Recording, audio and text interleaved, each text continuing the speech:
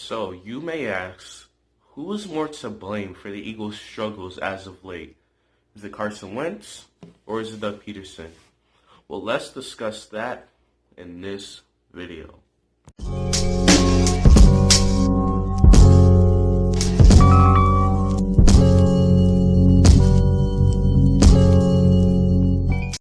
Yo, what's good YouTube? It's your boy MG Nas, and I'm back here again with another Eagles video. And today, we got an Eagles question that we got to answer in today's video. So before we get into this, make sure y'all hit the like button if you enjoyed today's video. Subscribe to the channel if you are new to this channel. And hit the post notification bell so that way you do not miss any video or live stream that happens on this channel. And also, I'd appreciate if you hit the share button and tell other people about the channel as we are on the road to 250 by the end of 2020. We got a little bit over a month to get to 250 subscribers, so I'd appreciate that. We are currently at 182 subscribers, so I'd appreciate all the love and support. But let's get right into today's video. So, a lot of people may ask, is the Eagles having a struggling year, a bad year, worse than expected? And people, in life, the blame is always someone to blame.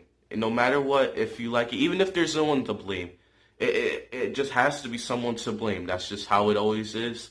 And that's how life always will be. Somebody always get the finger point at them. No matter if they deserve to take the blame or they don't deserve to take a blame. There's always a blame. And that's just how life works. It sucks, but that's how life works. Now, in this situation, there is a few people to blame. Now, when people ask who's more to blame, Carson Wentz on Doug Pederson, to answer the question, really, no other guy is really to blame more than the other. But what I'm going to get into is that I can see why people will blame Carson Wentz more, and I can see why people will blame Doug Pederson more. So first, if you blame Carson Wentz more than Doug Pederson, you can look at that. Carson Wentz puts the defense in horrible positions. He turns it over in the bad parts of the field, particularly in scoring range for the other offense. When we have a drive going, he sometimes, a lot of the times this season, can fumble the ball, and he holds it when he's in the pocket. Sometimes he holds the ball with one hand. So if you blame Carson Wentz more than Doug Pederson, those are going to be the key reasons. His decision making is just, it regressed horribly this year. We got to admit that as Eagles fans. And those are just some things that if you do want to put the blame on him, you can put the blame on him. Now, as far as Doug Pederson, if you want to put the blame on Doug Pederson, you can say, well, in the Browns game or in other games when we get the run game going, Doug Pederson goes away from the run when that's the only thing working on offense. Yes, that is a major issue. You do not go away from the run in football. It's just, it's not something that you should do. It's not something you're supposed to do. And all good teams stick with the run when it's working. It's just a known fact in the NFL. Another thing Doug Pederson does, Carson Wentz is one of the best quarterbacks outside the pocket. You do not get Carson Wentz outside of the pocket. He needs to be on rollout plays. He needs to play designs to get him outside of the pocket. Maybe play action bootlegs, like I said, crossing routes, so that way the receiver and him he can move out the pocket as a receiver is crossing. I don't know what can you do, Doug Pederson, to help him, because as bad as Carson Wentz has been playing, Doug Pederson has been way, way, way worse. But both of them have been very bad this year. Both of them have been really regressing. Doug Pederson is, this is his first year. Not his first year calling the plays, but this is his first year as the coach and the offensive coordinator. Obviously, he's not a good offensive coordinator. We're looking at it right now. He's not a good offensive coordinator. And Doug Pederson needs an offensive coordinator to be successful, and that's not an indictment on him. Because all great coaches have a good offensive coordinator. Bill Belichick has Josh McDaniels. Andy Reid has Eric Bieniemy. All good coaches have a great wingman, have a great offensive coordinator. There's nothing wrong with having a good offensive coordinator. But Doug Pederson, sometimes that's winning that Super Bowl, it gets in his head, and he's like, nope, we're not going to get an offensive coordinator. I'm the offensive coordinator. I'm going to run basically the whole offense. And the second guy under me running the offense is going to be Press Taylor, who I personally want Press Taylor fired. But that's another day in another video. So you got Doug Peterson's ego and him not wanting to make changes. Then you got Carson Wentz's decision making going down badly. Carson Wentz's talent is still there. If anyone says that he's not talented anymore, you're completely false. But as far as the decision making, if you say that has regressed, I'd agree 100% with you. Now, me personally, who do I blame more? And a lot of people might disagree with me. A lot of people might not like what I have to say, but it's cool. The reason why I blame Doug Peterson more, because of the fact, okay, all quarterbacks are going to struggle. When Carson Wentz week 1 was showing signs of struggle and bad decision making, as a coach, you have to cut that. You can't let Carson Wentz at press conferences say, I'm still going to be aggressive. I'm still going to take chances, 50-50 chances. As a coach, at their press conferences, you cannot do that.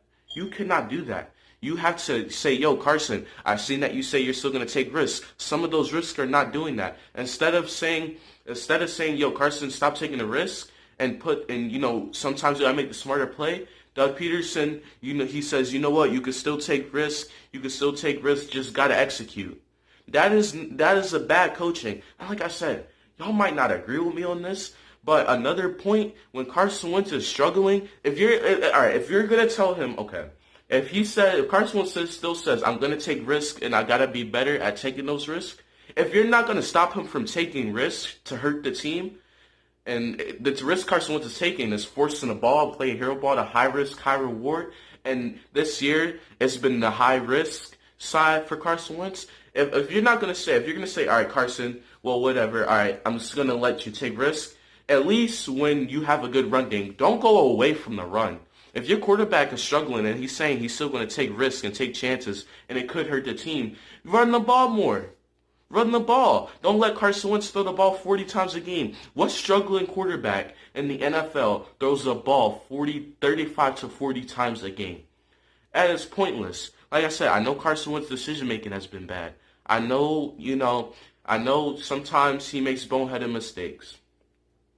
But it's bad enough when Carson Wentz has a bad O-line, a coach and Doug Pederson who doesn't take accountability or hold his players accountable.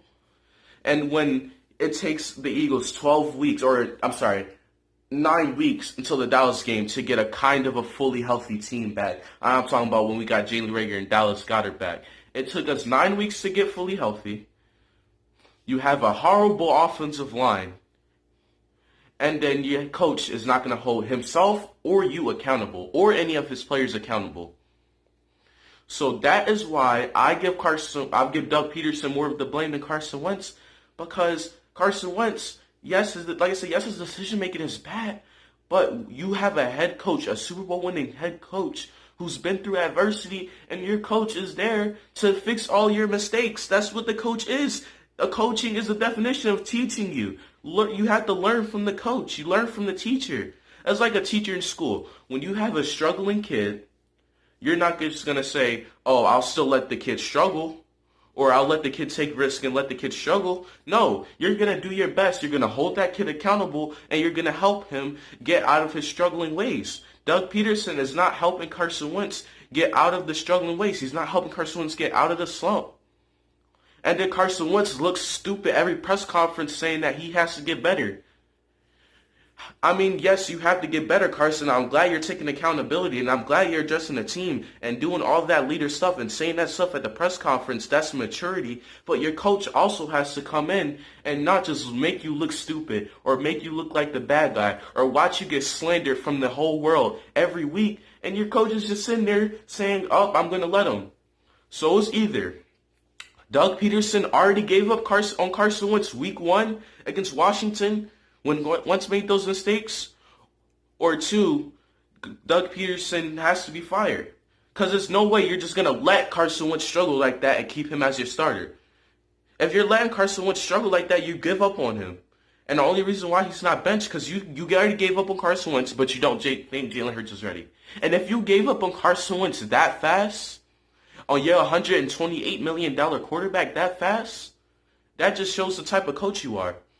Or if you didn't give up on Carson Wentz and you're trying, but whatever you're doing, trying is not working, then you're just not that good of a coach.